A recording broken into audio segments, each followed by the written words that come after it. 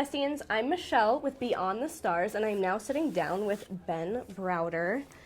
Ben. I hear it's Starfestites. Starfest, yeah, see, now we're going to have a whole debate going. Yes. Go ahead, I'm sorry, go ahead. So you are on, of course, some very iconic science fiction shows. What was your audition process like for Stargate and Farscape? For Stargate and Farscape. Farscape, not much of a story with Stargate because my audition, well, there is sort of a story. For Farscape, I had to go back, I think, 4 or 5 times before I got cast. The network was really unsure. And who can blame them? Because Nathan Fillion was up for the role as well, and he in fact he had that really short hair that he had when he was doing Saving Private Ryan. Mm-hmm.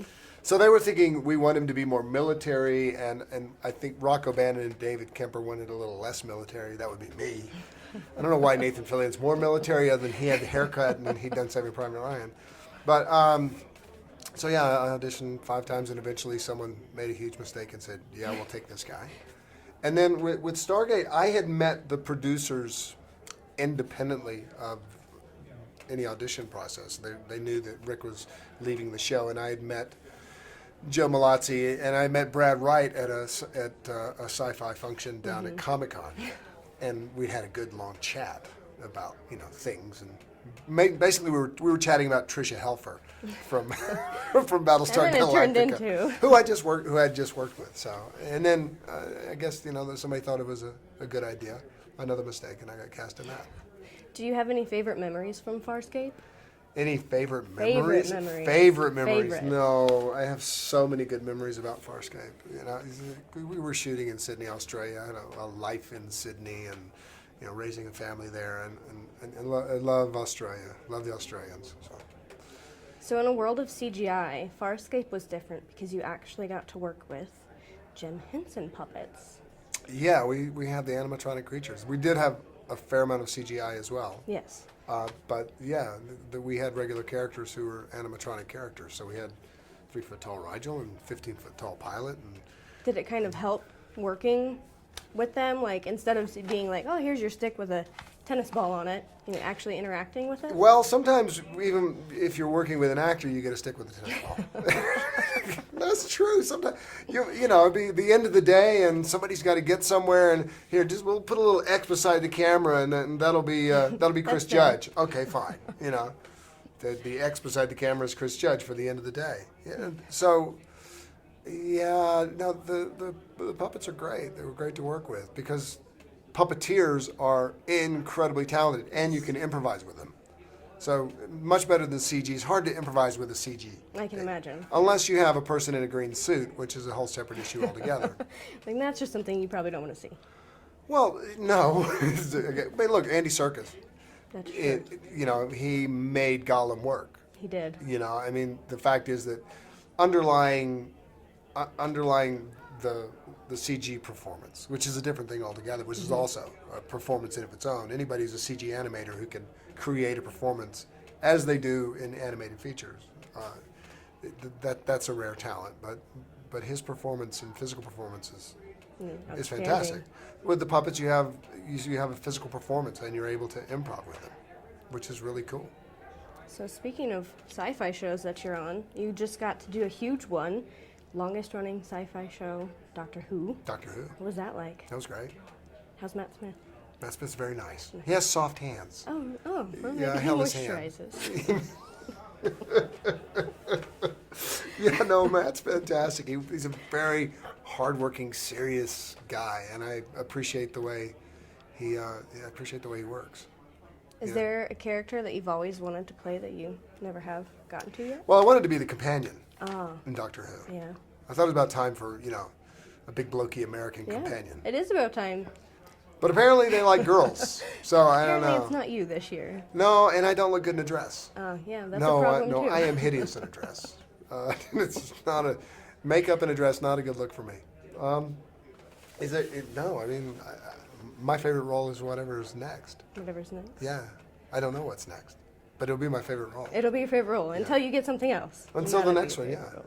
You've done stage acting as well. Did you prefer stage acting over television or? Stage acting is great on a couple of levels. One is that when you're out there, you basically have control of your performance, which in television and film is more collaborative. So if your ego's really big, stage acting is great. No, it's good to be able to know that this is your performance, and it's on you. So it's a high wire act, and it's great that way. And the other thing is you get immediate feedback from the audience. With television and film, the great thing is you get feedback trickled out over years, because someone will come up to you and say, "Oh, I just saw this, and you were really terrible." And you go, "Oh, thanks." Now, normally the bad reviews tend to come up front. I was just reading reviews for a new show, just 'cause I was curious, and I clicked on reviews, and man, some people were just slamming these people. And I was remembering the beginning of Farscape, when the first few reviews I read were just, it's a really interesting show, but the lead actor really lets it down. I remember that very clearly. On stage, you get that immediate. Yeah. So when you suck, they walk out. You see them leaving, and that's a good thing. And then if it works, and they love it, then you get to hear them laugh and you get to hear them cry. Kind of the instant gratification. It's a little more immediate. I don't know about instant. Maybe. But yeah, more immediate. So let's go back to then Farscape season 2, where Farscape apparently season 2. you all went to see Galaxy Fest separately over the same week. Galaxy Quest. Oh, Galaxy Quest. That's Yes, right. and here we are. And here you are living it. Never give up. Never surrender. Yes. How many times do people come up to you and just say the same thing over I and over? loiter in the bathrooms to wait and hear them say, "Oh, can you believe that guy? He's a joke, man." No, it's. We saw that before we'd ever gone to a convention, and everybody has an idea of what a convention Will be like. One, they're all different, and two, they're nothing like you imagine they're going to be. So. Is it? I mean, you have so many fans though of being on such iconic shows. Is it great to just walk in and have everybody be like, "Ben"? It's a little weird. A little strange. It's a little strange to walk in anywhere and go, "Ben." You go, "Yeah," and you're like, "Hi." Yeah. Okay. So you introduce and go, "I'm Ben." They go, I know, but who are you?" It's a little strange, actually. Strangest thing a fan has done for you. The strangest thing a fan has done for me? Well, given to you, for you, No, sent to you. I'm still waiting for a fan to, buy me a production company. Oh, that would be a nice one. Heard of that happening. That would be a nice one.